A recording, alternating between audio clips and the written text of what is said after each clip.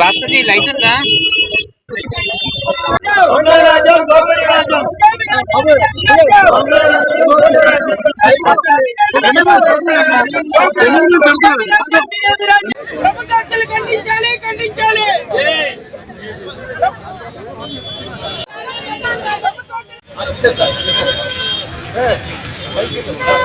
Okay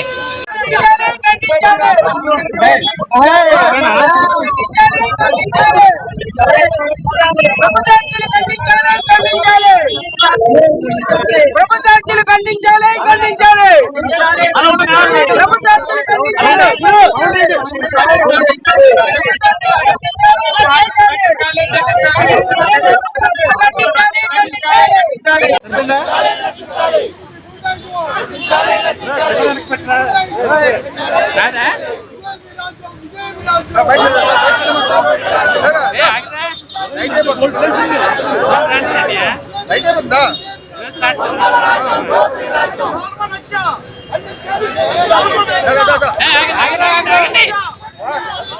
ప్రభుత్వం అధికారంలోకి వచ్చిన తర్వాత ముఖ్యమంత్రి చంద్రబాబు నాయుడు గారి యొక్క అసలు భావజాలం దళిత వ్యతిరేక భావజాలం, వెనకబడిన వర్గాల వారిగానే ఉంటే మాత్రమే ధన ప్రవాహంతో రాజకీయాలు చేయగలుగుతామని భావజాలం, తాడిత పీడిత ప్రజానికం అల్లాడితే మాత్రమే రాజకీయాలు చేయగలని ఒక భావజాలంతో, ఒక దుర్మార్గమైన భావజాలంతో, ఒక అధర్మమైన భావజాలంతో ఈరోజు చంద్రబాబు నాయుడు గారు ఈ రాష్ట్రాన్ని పరిపాలిస్తున్నారు. ఎన్నికల్లో గెలిచి అధికారంలోకి వచ్చిన మొదటి రోజు నుంచి ఈ రోజు వరకు కూడా ఈ రాష్ట్రంలో ఒక అరాచక పాలన, ఒక రావణ కాష్టంలో మార్చి ముఖ్యంగా దళిత వాడల్లో, గ్రామాల్లో ఉన్న దళిత వాడల్లో చొరబడి వైఎస్ఆర్ కాంగ్రెస్ పార్టీకి ఎవరైతే అండగా నిలిచారో, వైఎస్ఆర్ కాంగ్రెస్ పార్టీకి సంబంధించిన మద్దతుదారులు ఎవరైతే ఉన్నారో వారందరిపైన కూడా కక్ష కట్టి కొన్ని నియోజకవర్గాల్లో గ్రామాలు ఖాళీ చేసే విధంగా చాలా దుర్మార్గంగా పల్నాడు జిల్లాలో కావచ్చు, అదేవిధంగా చాలా చోట్ల, అనేక చోట్ల ఈ విధంగా వ్యవహరించడం జరిగింది. అందులో భాగంగా ఈరోజు రాజకీయాలను పక్కదోవ పట్టిస్తూ ఆయన దళితులకు ఏదైతే ఎన్నికలకు ముందు హామీలు ఇచ్చారో కేవలం ఓట్ల కోసం, సీట్ల కోసం, అధికార దాహంతో అధికారం చేపట్టడమే లక్ష్యంగా ఎన్నికలకు ముందు గతంలో జగన్మోహన్ రెడ్డి గారు ఏదైతే 38 సంక్షేమ పథకాల ద్వారా మాదిగా కులస్తులకి 70,000 కోట్ల రూపాయలు జగన్మోహన్ రెడ్డి గారి ముఖ్యమంత్రిగా ఉన్న కాలంలో ఈ 3 కుల మాదిగా 2 కులాలకు సంబంధించి 37 పథకాల ద్వారా 70,000 కోట్ల రూపాయలు రద్దు చేస్తే వాటిలో ఈరోజు నయా పైసా కూడా చేయలేక చేతకాక ఒక అసమర్థ ముఖ్యమంత్రిగా ఉగాది, దసరా, దీపావళి, క్రిస్మస్, సంక్రాంతి పండుగ వెళ్ళిపోయినా సరే దళితులకి ఏమీ చేయలేక రాజకీయాన్ని పక్కన పట్టించాలనే ఉద్దేశంతో నరసరావుపేట కాన్స్టిట్యున్సీలో ఉన్న పెన్నెల గ్రామంలో ఇప్పటికే ఆ గ్రామంలో సుమారు 200 మంది దళిత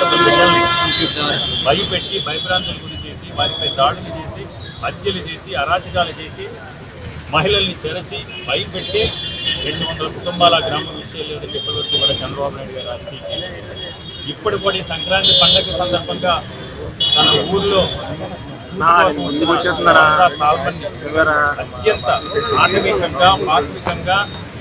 కర్రలతో, రాడ్లతో, రాళ్లతో దాడి చేసి చంపి దాడి చేసి గాయపడిన తర్వాత మళ్ళీ అతనిపైన కేసు పెట్టి అతను చనిపోయిన తర్వాత తెలుగుదేశం పార్టీ ఏ ఒక్కరు కూడా ఈరోజు స్పందించకుండా మేము ఇదే విధంగా చేస్తాం, వైఎస్ఆర్ కాంగ్రెస్ పార్టీకి అనుకూలంగా ఉన్నా, లేకపోతే ఈ ప్రభుత్వం అసమర్థతని, ఈ ప్రభుత్వం చేతగానితనాన్ని, ఈ ప్రభుత్వం ఎన్నికలకు ముందు ఇస్తున్న హామీల అమలు గురించి కానీ, సంక్షేమ పథకాల గురించి కానీ, ఎవరు ప్రశ్నించినా ఎవరు ఎదురు తిరిగినా, ఈ రాష్ట్రంలో హక్కుల గురించి, విధుల గురించి ఎవరు మాట్లాడినా సరే ఇదే విధంగా ఆటంకంగా రాక్షసంగా దాడి చేస్తాం అనే విధంగా ఈరోజు ఆ హత్యను మనం పరిగణించాం. ఇది ఏది ఏమైనా మరొకసారి నేను దళిత వ్యతిరేకిని, నా భావజాలను కూడా దళిత వ్యతిరేక భావజాలం ఈ హత్య ద్వారా ఇప్పటికైనా ఈ రాష్ట్రంలో ఉన్న అణగారిన వర్గాల వారు కానీ, వెనకబడిన వర్గాలు కానీ, ముఖ్యంగా అణగారిన వర్గాల్లో వెనకబడిన వర్గాల్లో ఉన్న మేధావులు కానీ, న్యాయవాదులు కానీ వీరందరూ కూడా మేల్కొనాల్సిన అవసరం ఉంది. ఈ రాష్ట్రంలో ఈ అరాచక పాలన, ఈ వెనుకబడిన వర్గాలను అణచివేసే భావజాలాన్ని మనం వ్యతిరేకించి ఒక పోరాట రూపంలో తిరగబడితే తప్ప ఈ రాష్ట్రంలో ఈ దాడులు కానీ, ఈ హత్యాకాండ కానీ, ఈ మరణకాండ కానీ ఆగే పరిస్థితులు లేవు. మనం చూసాం మొదటి నుంచి ఈ రోజు వరకు కూడా ఎవరైనా గతంలో చంద్రబాబు నాయుడు ముఖ్యమంత్రి ఉన్నప్పుడు ఎవరైనా దళితులుగా ఉండాలని అంటారన్న దళితుల్ని ఆ రోజు చులకన చేసి మాట్లాడటం జరిగింది. కానీ జగన్మోహన్ రెడ్డి గారు 2019లో ముఖ్యమంత్రిగా ప్రమాణ స్వీకారం చేసి వైఎస్ఆర్ కాంగ్రెస్ పార్టీ అధికారంలోకి వచ్చిన తర్వాత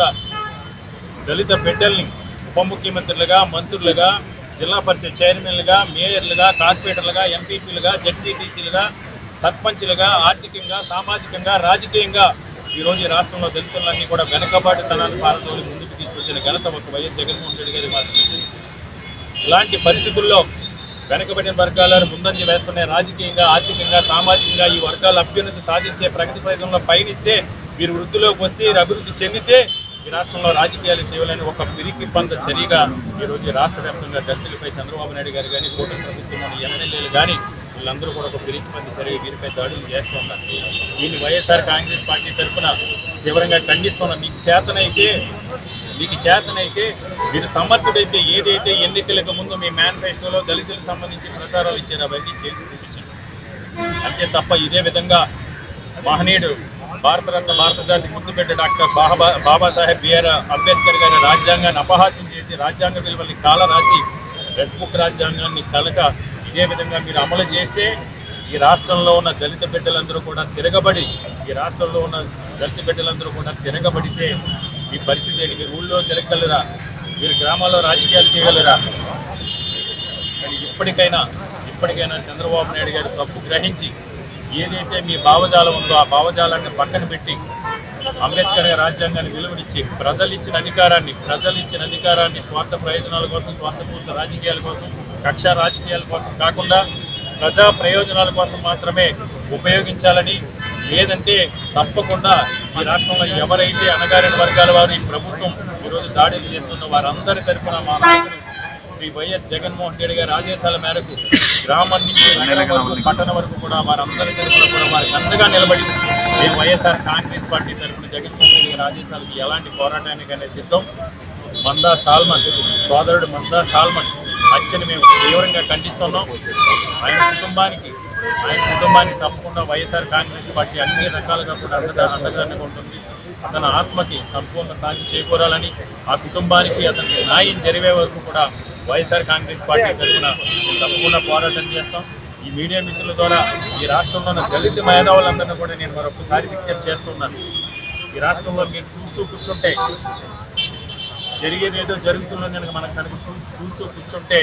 ఈరోజు మళ్ళీ వెనుకబాటుతనాన్ని తీసుకొచ్చే విధంగా ఈ కూటమి పరిపాలన సాగుతుంది. కాబట్టి మేధావులారా, దళిత విద్యావంతులారా, దళితుల్లో ఎన్నో సామాజిక సంఘాల్లో ఉన్న పెద్దలారా మీరందరూ కూడా మేల్కొనండి. ఈ కూటమి ప్రభుత్వం దళితుల్ని అడగదొక్కాలని, దళితుల రాజకీయంగా, ఆర్థికంగా, సామాజికంగా దెబ్బతీయాలని చేస్తున్న ప్రయత్నాల్ని మీరు ఒక ఉద్యమ రూపంలో, రాజకీయ రూపంలో చేసిన ప్రభుత్వం తిరగబడకపోతే మళ్ళీ మనల్ని వెనక్కి ప్రయత్నం జరుగుతుంది. కాబట్టి మీడియా మిత్రుల ద్వారా మరొకసారి దళిత సోదరులందరూ కూడా నేను విజ్ఞప్తి చేస్తూ ఈరోజు ఈ కార్యక్రమాల్లో ఎందుకంటే నిరసన తెలపడానికి చేసిన పెద్దలందరికీ కూడా బొమ్మ రఘుబాబు గారు కానీ, సమన్వయకర్త ముళ్ళు అప్పారావు గారికి, అదేవిధంగా కార్యక్రమాన్ని నిర్వహించిన సోదరుడు శివరామకృష్ణ గారికి కానీ, నా జాన్ వెస్లీ గారికి, కొండా రాజు అందరికీ కూడా ప్రతి ఒక్కరికి ధన్యవాదాలు తెలియజేసుకుంటూ మనందరం కూడా ఈ దళిత కుటుంబాలకి న్యాయం జరిగే వరకు కూడా, ఎందుకంటే వీళ్ళు మళ్ళీ లేదంటే మళ్ళీ కారం చెట్టునో లేదా పిఠాపురం ఘటనలో గుర్తుకొచ్చే విధంగా ఈరోజు ఈ రాష్ట్రంలో రాజకీయాలు జరుగుతున్నాయి. కాబట్టి మనందరం కూడా ఈ సందర్భంగా జగన్మోహన్ రెడ్డి గారి ఆదేశాల మేరకు వీరందరి దళిత సోదరుల పక్షాన్ని నిలబడి పోరాటం చేయాలని అందరినీ కూడా విజ్ఞప్తి చేస్తున్నాం. ఈ ప్రభుత్వం ఇప్పటికైనా కళ్ళు తెరిచి దళిత సోదరులందరూ కూడా క్షమాపణ చెప్పాలని డిమాండ్ చేస్తున్నాం.